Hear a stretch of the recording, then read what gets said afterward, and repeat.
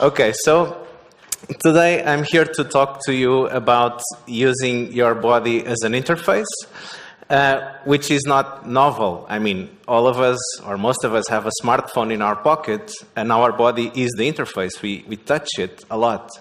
But there are other ways of doing it, and so what we will explore today is these other ways of doing it.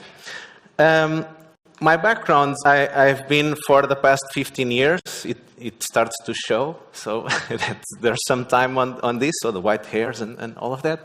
But I'm split between research, where I work at one of the largest research centers in Portugal, which is Telecommunications Institute.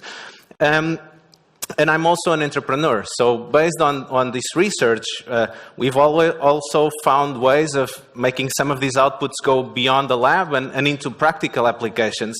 And so over the past 15 years, I've been split a little bit between this research, but also with an applied practice to it, which is a little bit about what I'll talk to you about today, is how to make things more user-friendly and more understandable that some time ago it wasn't possible. So, as I mentioned, we live in a sensors world. We all know about things like the Kinect, where you can move to interact with a game, the Leap Motion, where you can use your gestures also to interact with the computer a little bit easier than the standard interfaces. There's also the sensors that come along with us every day, like the smartwatches that track your health, that track your motion, your sleep activity, and all of these things. And all of these are interfaces. And if that wasn't enough, there's a lot of course, the most pervasive of them all is the phone. So the phone also tracks a lot of information about you, and you interact with it with your body as well. And if this wasn't enough, there are also platforms that people use to create even more sensors. So some of you may be familiar with the Arduino, if not all. And the Arduino has exploded into variants that are more wearable-friendly, that have more computing capabilities, all as a way of enabling people to sense more, to interact more, to be more interactive and more expressive with the world. And then another example is the Raspberry Pi, so this mini computer that a lot of you may be familiar with as well, and that, just to show you a little bit of the scale, in the first 4 years alone, it sold more than 8 million units. 8 million is a big number. I've learned some time ago that it's quite popular to set up download farms for content that people legally download, So that's a big part of this number, but still it shows that once you lower the learning barrier and the cost barrier, a lot of people can access technology that enable them to do much more than they were capable of doing before. And the fact is that with these tools, when creative people like all of us put their hands on it, awesomeness happens. Let's see some examples. One of them is quite topical to this time. It's this American guy. I think this would only be possible in America. In Europe, there are some laws that prevent you from using flamethrowers and stuff. But what this guy has done was he sourced a flamethrower somewhere in eBay or something. He hooked it up to an Arduino, and then in the fence gate of his house, he put a sensor that detected whenever anyone opened the fence. And when the fence would open, the flamethrower would go on, and he saved a lot on candy in the year that he's done this. So this is an example of things that people do just for fun, just because it's cool to do something like this. And then you have other examples of things that start for fun, but that end up being a little bit more serious, introducing actual benefits for people's lives. And this is another example. So this is a girl in the US that, again, took a few Arduinos, a few servos, it hacked a lot of this stuff together, and they made like a Back to the Future shoe. Who here knows about Back to the Future?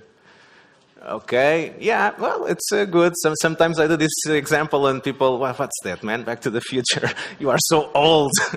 And so she hacked stuff together with a force sensor on the heel, and when the person put the foot inside the shoe, the laces would tie automatically. Now, this is on a form factor that most of us, because we are all a little bit geeky, we wouldn't mind wearing it. It's cool, right? It has a lot of wires coming out. But this is not actually something that a normal consumer would use. But the thing is that Nike actually came across this project, and they integrated in what they call the Power Laces product. And so they have this shelf-worthy product that actually integrates the concept that the girl had developed and put it on a commercial product that is now available for anyone. But what I'm here to talk more about is that what about our body signals? All of these examples, in some way or another, they require the body as an interface. Even opening the fence is using the body as an interface. Using the sensor on the heel of the shoe, your heel is the interface to tie the laces. And so these are examples that are more mundane. But there are other examples, which are the signals that are inside you. We saw a brilliant demo of Alex this morning where he was using the brain signals to control the cinematics. And those are the signals that we've been mostly focused on, the signals that actually go inside you and that sometimes you cannot see that well. Normally, these signals were bound to a hospital setting. Whenever we talk about physiological sensing or body signals, the first picture that comes to mind is a hospital bed. And not only that, but also devices that are quite complex to use. If I talk to many people about physiological sensing, they say, well, I will take a whole semester to learn how to use it. In the end of the semester, I don't even know how to put the cables. It's all very complex. I don't want to deal with that, okay? So that's kind of the standard reaction. And what we've done was set out to change the paradigm, to make some of these technologies more user-friendly and more designer-friendly in the sense of having them not as a problem, but as an extension of the tool set that people can use. And so we've been focused on developing this on what we call the Vitalino ecosystem. So it's a set of hardware and software tools that make these things easier. So one of the things that we've done was make these tools available in a single board. And so instead of having all the wires and all the cables, you have a board like an Arduino that you can use to monitor signals from your muscles, from your heart, from your nervous system, from your brain, from your motion. So you have a lot of things that you can use, and they are all easy to use and easy to interface. So one of the things that we didn't want was for people to be limited in what they can do. And so we designed this almost like a Lego. So you can actually break stuff apart, you can reassemble them together, and you can actually create your own form factors in a very user-friendly way, and also in a way that works most of the times, at least.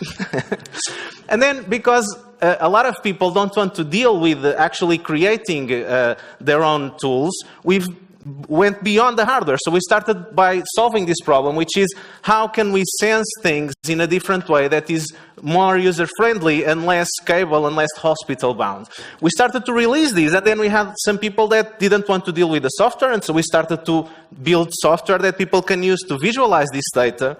And we had people that wanted to interface these boards with the world, and so we started to create APIs that people can use to interface this with their own tools.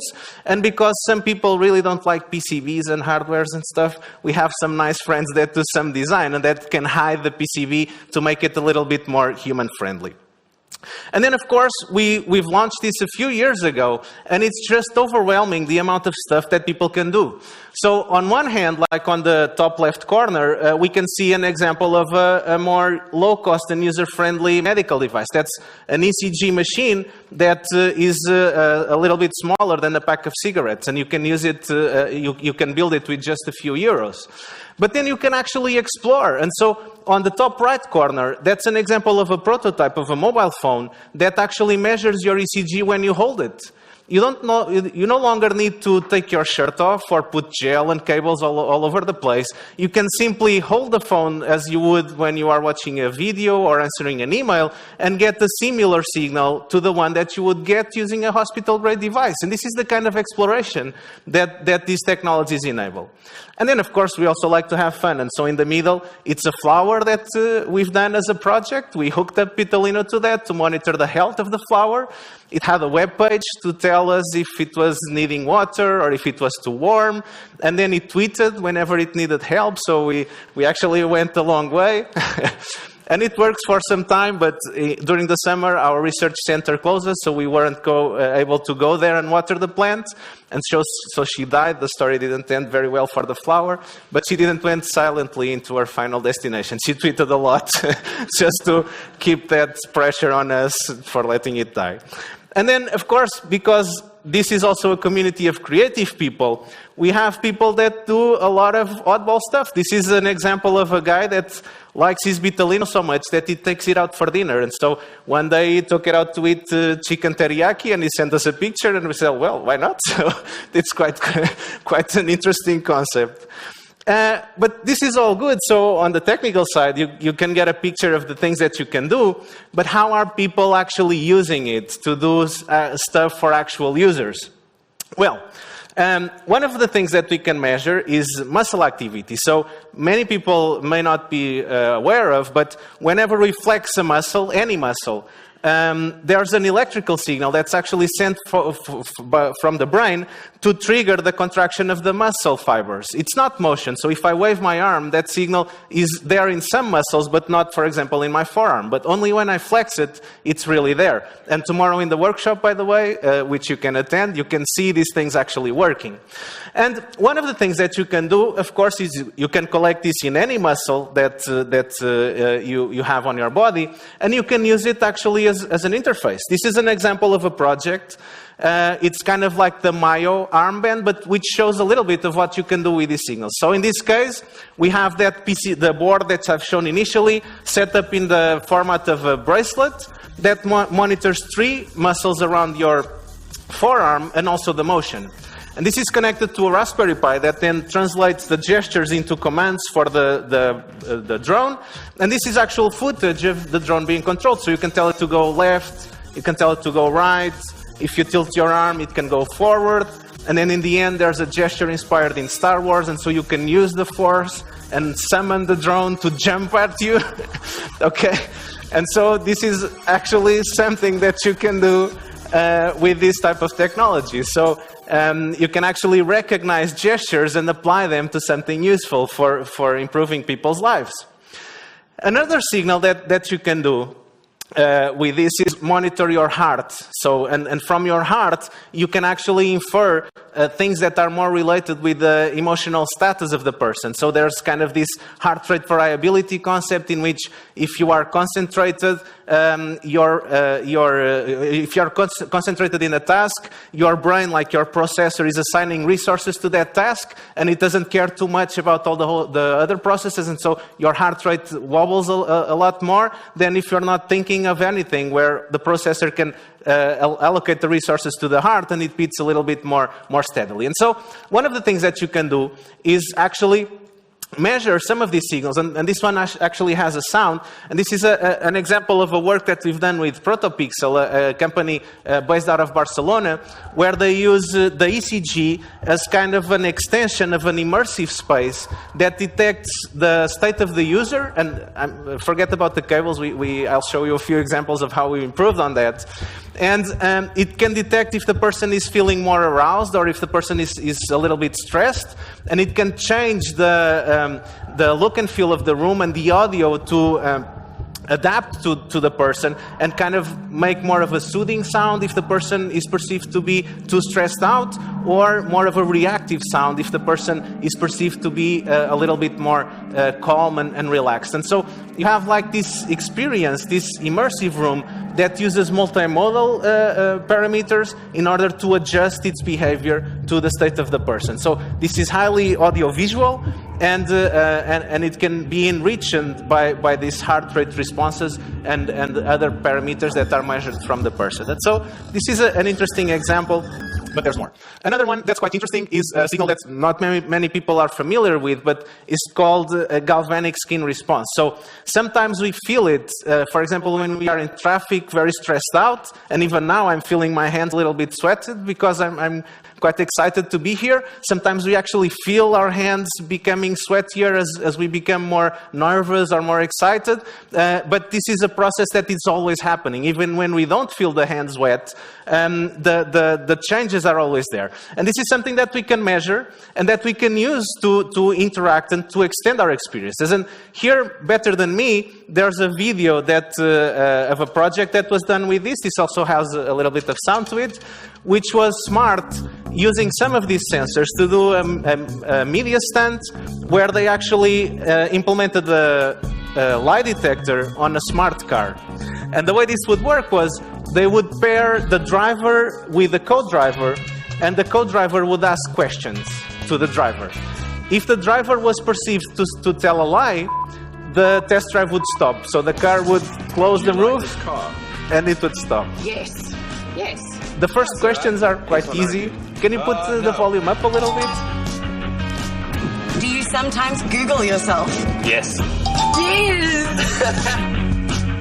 Have you ever posed like a bodybuilder in front of a mirror? Yes. Do you think that women find you more attractive than your friend? No. Yeah, that's a straight up lie. It's not, dude. You don't have to be kind, you have to be honest, dude. Have you ever invited a girl to watch a movie just for the movie? No. Me neither. Do you check your ex's profiles on Facebook once in a while? Yes. Not really. If I looked through your web browser right now, would you be embarrassed? Yes. Yes, definitely. Have you ever had sex in your parents' bed? Yes. If you won $1 million, would you ever share it with your co-driver? Yes.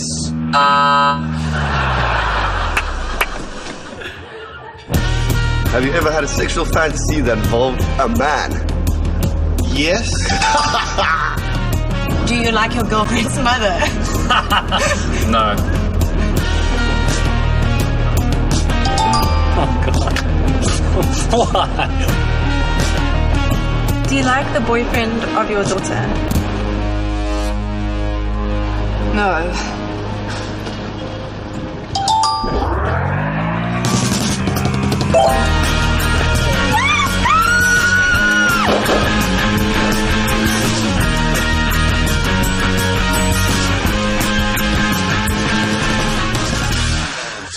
So this was kind of an experience that the designer set up using our tools, and it was really quick to set it up. And it was just a lot of fun. And one thing that I like to highlight about this movie is that biosignals make people very happy. We had a lot of smiles in this room, so it's really something that can augment your experience.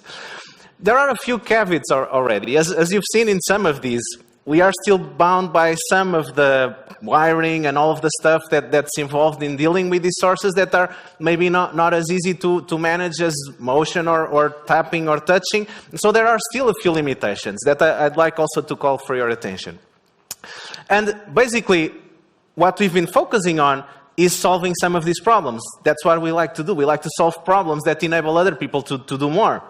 What are some of the caveats? So many times we are still limited by the sticky pads and these things that are limiting in terms of usability. So we have to attach things to people. They are disposable, so we have to buy them all the time. So there are some inconveniences. And one of the things we've been doing is improving some of these interfaces. So this is an example of a keyboard with these two gray dots surrounded by the white areas that you see here, which do the same thing. They are just not sticky pads. If you touch those, you can actually get your ECG. It was what we were using in the phone example that I've shown you before. Another way is to use metal pads, and this requires, of course, the hardware to move along with these new interfaces, which have different requirements than the sticky pads. And so this is an example of what we were using also on the gesture control for the drone, which is using stainless steel, a special type of stainless steel that can prevent the use of these more conventional approaches. Another example of an area where we've worked was on the automotive industry, where in this case, we can have leather or we can have textiles that are conductive and that can measure the same signals without requiring the gel or all of that overhead that you normally find on the hospital-grade equipment. And then, of course, as creative people, we've even saw at Sonar a couple of years ago, people using bananas as an electrode. And so imagination is really the limit. So this was a project that was called Bananas for Sonar, where people actually used fruit as the way to get ECG and other signals into their interfaces, okay? So this can be really quite creative. One thing that I like also to refer is kind of the chaos that is somehow associated with these variables. And chaos in the sense that since it's not sometimes as controllable as touching, a voluntary gesture like touching or movement, one thing to keep in mind is that we have, on these signals, we have to take into account factors like how easy are the signals to control, how acceptable are they by the end users, how easy to observe are they, and how stable are they over time, because different signals have different properties that we need to handle. So in terms of control, we have different types. So there are signals that you can control voluntarily. I can flex the muscle voluntarily, and that's something that I can use. Others are indirect. I can hold my breath for some time, but not the whole time. So my body actually prevents me, as a defensive mechanism, of doing some things that could be harmful. And so I can only have so much control over that signal. And then, of course, there are some that are involuntary. For example, the digestion. I cannot control that process voluntarily. It's something that my body does autonomously. In terms of acceptance, then there are also other things to take into account. So some sensors are invasive. A pacemaker, for example, is a way to monitor heart signals, but I have to actually get inside the person to monitor them, okay? Then there are the wearables, like the heart rate wristwatches and stuff, and the off-the-person approaches, like the keyboard that I've shown before. And then in terms of observability, some signals are easier and more repeatable than others. So, for example, the GPS is always there. It's a pervasive signal that I can monitor almost everywhere. Others I can only monitor momentarily. For example, blood pressure. If I want to use it for something, I cannot keep inflating and deflating the cuff all the time, because it's harmful for people as well. And then there are others that I can only monitor in a controlled location.